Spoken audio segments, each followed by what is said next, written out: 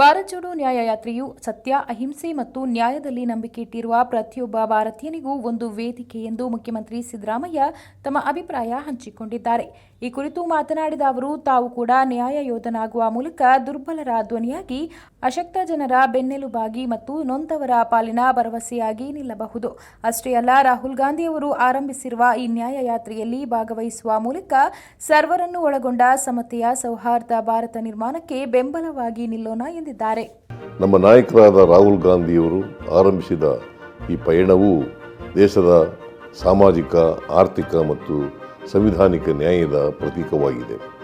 ನ್ಯಾಯ ಯೋಧನೆಂಬ ಹೊಸ ಕಲ್ಪನೆಯ ಬಗ್ಗೆ ಮಾತಾಡಲು ನನಗೆ ಅತ್ಯಂತ ಸಂತೋಷವಾಗುತ್ತಿದೆ. ಇದು ಸತ್ಯ, ಅಹಿಂಸೆ ಮತ್ತು ನ್ಯಾಯದಲ್ಲಿ ನಂಬಿಕೆ ಇಟ್ಟಿರುವ ಪ್ರತಿಯೊಬ್ಬ ಭಾರತೀಯನಿಗೂ ಒಂದು ವೇದಿಕೆಯಾಗಿದೆ.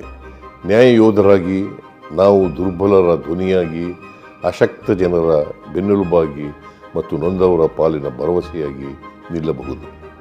ಈ ಚಳುವಳಿಯಲ್ಲಿ ಪಾಲ್ಗೊಂಡು ದೇಶದ ಹೆಮ್ಮೆಯ ಪ್ರಜೆಗಳಾಗಿ ಎಂದು ತಮಗೆ ಕರೆ ಕೊಡುತ್ತಿದ್ದೇನೆ. ನ್ಯಾಯ ಯೋಧರಾಗುವ ಮೂಲಕ ಅನ್ಯಾಯ ಮತ್ತು ಅಸಮಾನತೆಯ ವಿರುದ್ಧ ಧ್ವನಿ ಎತ್ತಿ, ತಾರತಮ್ಯವಿಲ್ಲದೆ ಪ್ರತಿಯೊಬ್ಬರ ಧ್ವನಿಯನ್ನು ಗೌರವಿಸಲ್ಪಡುವ ಹಾಗೂ ಪ್ರತಿಯೊಬ್ಬರ ಹಕ್ಕುಗಳಿಗೂ ರಕ್ಷಣೆ ಸಿಗುವಂತಹ ಭಾರತದ ನಿರ್ಮಾಣಕ್ಕಾಗಿ ನಾವೆಲ್ಲರೂ ಜೊತೆಯಾಗೋಣ. ನ್ಯಾಯ ಯೋಧನಾಗಿ ದಾಖಲಾತಿ ಮಾಡಿಕೊಳ್ಳಲು www.bharatjodoNyayatra.com ಭೇಟಿ ನೀಡಿ ಅಥವಾ +91 98 91 80 20 24 ಮಿಸ್ ಕಾಲ್ ಮಾಡಿ.